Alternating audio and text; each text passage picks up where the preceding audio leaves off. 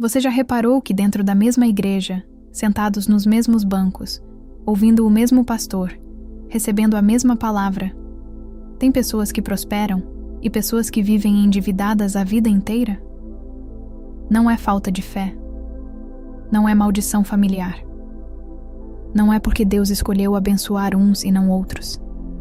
É porque existe um conjunto de princípios bíblicos sobre dinheiro, trabalho e prosperidade que nunca é ensinado nos cultos de domingo.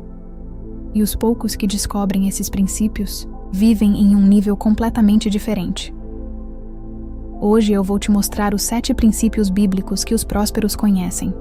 Os que têm negócios crescendo, que saem das dívidas, que constroem patrimônio, que dão com alegria porque têm o suficiente para dar. Mas antes de eu continuar, se você ainda não se inscreveu neste canal, faz isso agora. Aponta para a câmera.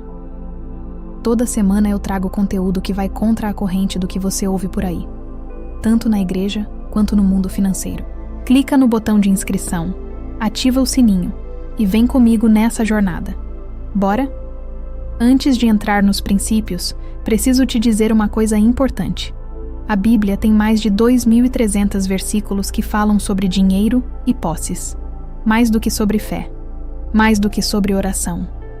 Mais do que sobre o céu e o inferno juntos. Isso não é coincidência.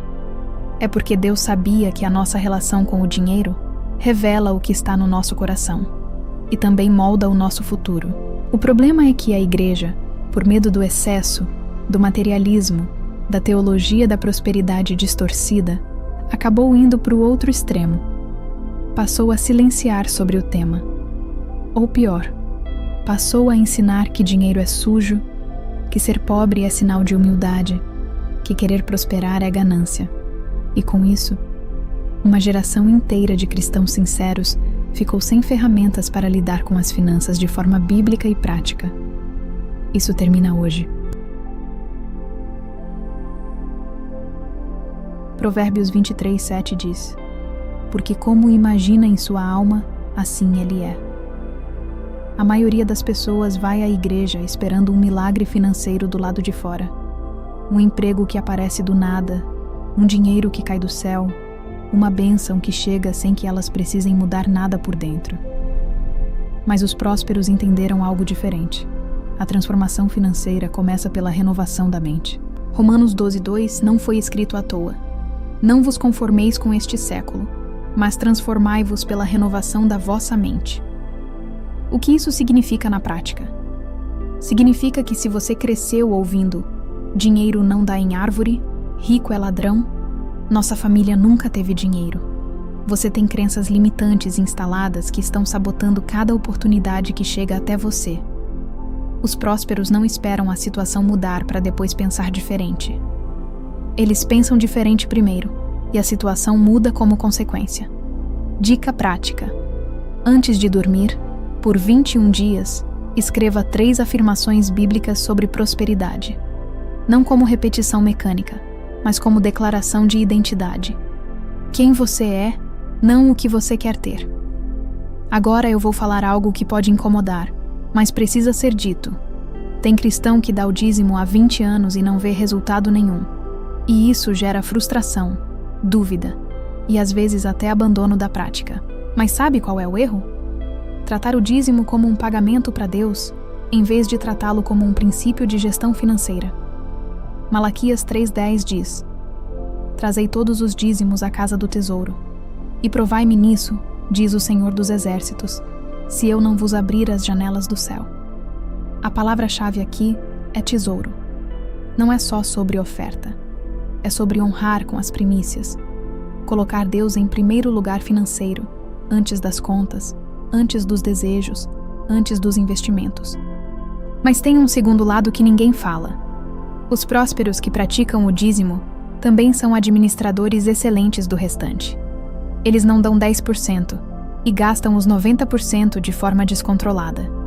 Eles organizam, poupam, investem. O dízimo é a porta. A gestão é o corredor.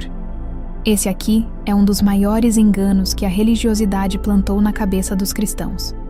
Trabalho é consequência do pecado de Adão.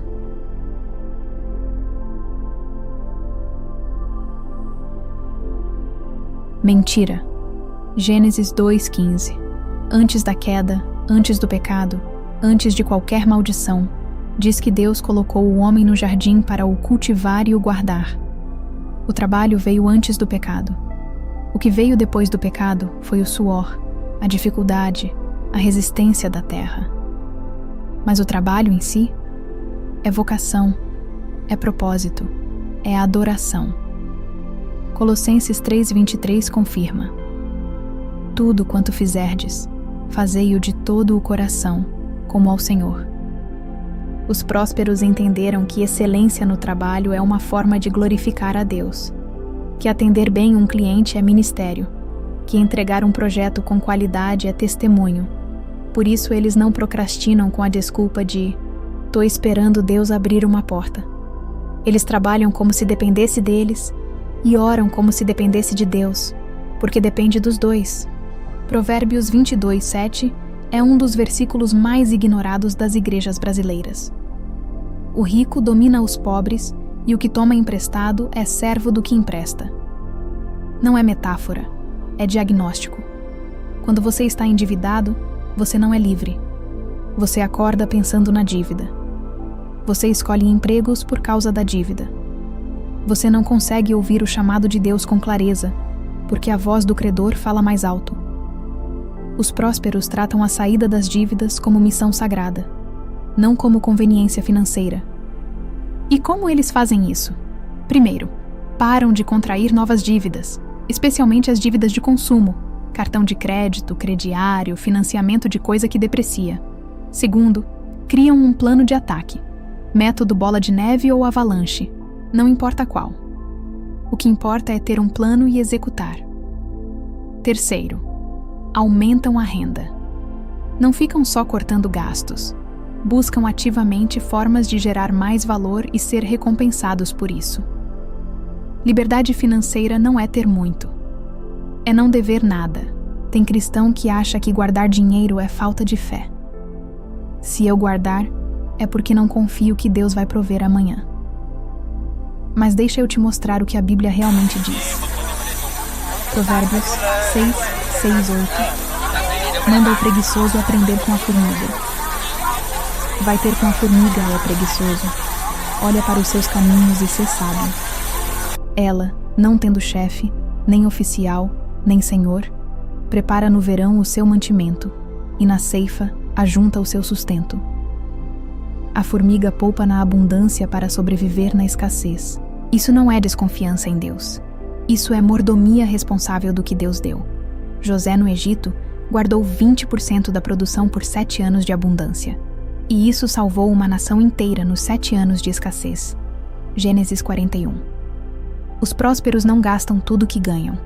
Eles separam uma parte, mesmo que pequena no começo, como reserva, como fundo de emergência, como semente para o futuro.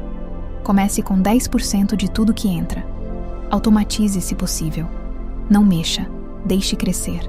Com o tempo, esse hábito vai mudar sua relação com o dinheiro de forma irreversível. Gálatas 6:7. É uma lei universal que funciona para todo mundo, crente ou não crente. Não vos enganeis. Deus não se deixa escarnecer, porque tudo o que o homem semear, isso também ceifará. Os prósperos levam essa lei a sério em todas as áreas da vida financeira. Eles semeiam conhecimento, lendo, estudando, aprendendo sobre finanças, sobre o mercado, sobre o próprio negócio.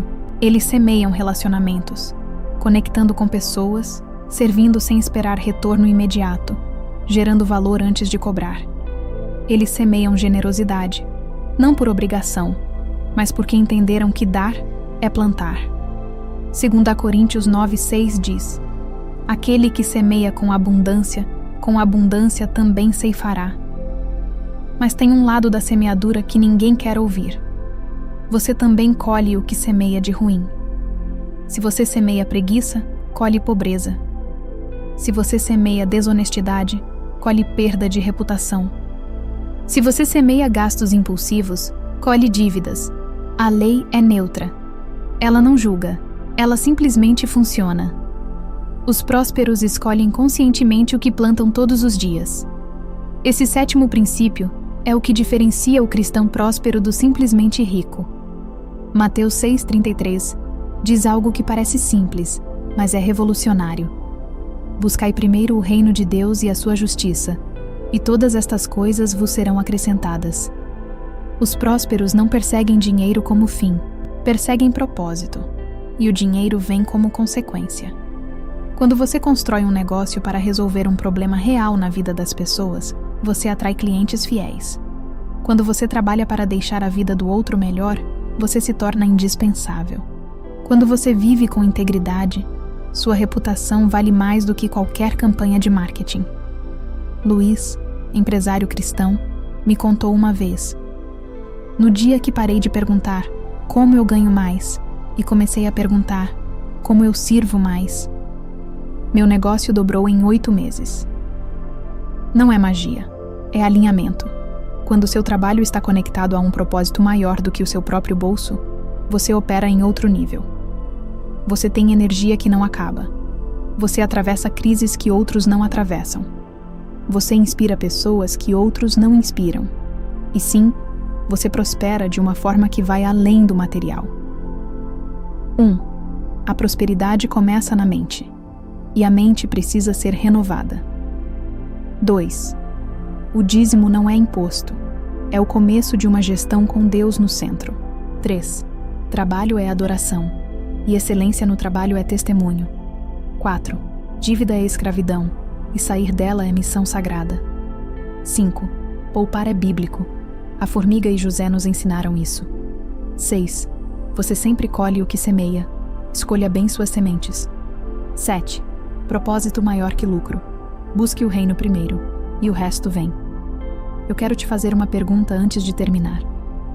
Qual desses 7 princípios você mais precisa aplicar agora na sua vida? Escreve nos comentários. Sério. Não só para mim ler, mas para você mesmo fixar o compromisso. Tem algo poderoso em escrever o que você vai fazer.